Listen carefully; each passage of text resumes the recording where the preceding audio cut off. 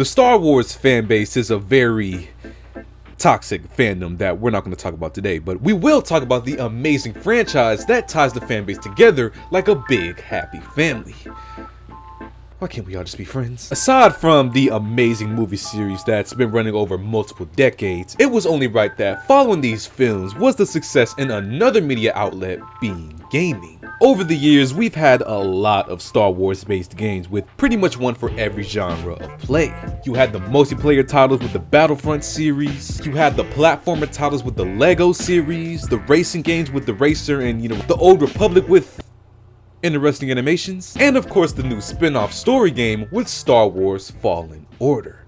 This 2019 release game set a new age for the Star Wars games, as it was EA's take on the third-person story-rich game genre, instead now with a world that fans already knew and loved. Now, I haven't got the chance to play this game personally yet, but just looking at the gameplay and reviews I've seen on it, I haven't heard anything overly negative about it. In fact, the game did well enough that it's going to get a sequel titled Jedi Survivor releasing in just a few days on the 28th, with many fans looking forward to that title. Except, while fans are, eager to dive into the next Jedi adventure, the process that it's going to take to experience it may not be ideal as people would want it to, as there's been a recent leak online about the game's install process that's having fans upset right now when questioning whether it's going to be worth playing the game. So this leak comes in the form of an early look at the game's physical cover from a Reddit user in New Zealand.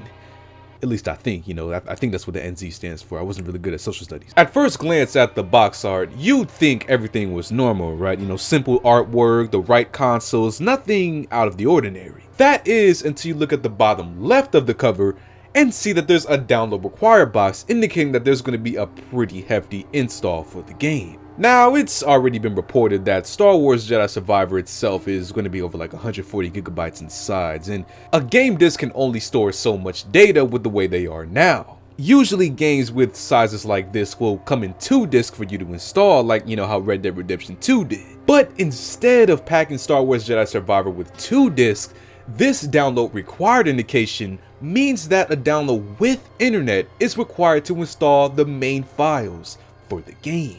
And while that may not be a problem for most people, the internet is pretty much a necessity nowadays, that still isn't the case for many players. Some people have obstacles to face like data caps, being an offline gamer, or maybe just bad internet connection, especially out in the rural areas where coverage isn't that good. Or even, take into account those overseas in the military that are fans of the game that wish to play it. This new obstacle may keep a lot of players from the games for a while, or possibly altogether. Now, this is also bad news for the game preservationists that want to keep the physical copies of all of our games in case there's an event where the digital version of our favorite video games goes down. It's kind of funny though, because it's a little ironic that a game named Jedi Survivor might not survive the, apocalypse of physical games.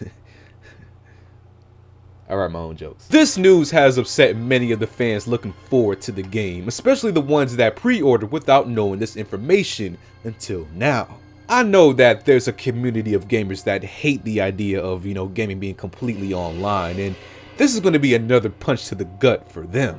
Now, as to why EA has decided to make this decision with the game hasn't been publicly stated, but I can imagine that with them making the install online only and, having only 1 disc saves them a lot of money, especially with the fact that people barely buy physical releases anyway. So, I'm sure this is only the beginning and we're going to see a lot more of companies cutting corners like this in the future with the way gaming is going, unfortunately.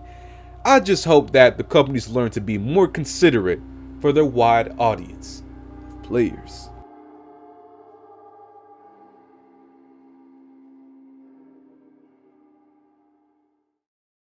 So what do you guys think about Star Wars Jedi Survivor, man? Feel free to leave a comment down below. And as always, leave a like on the video, subscribe, and I'll see you on the next one.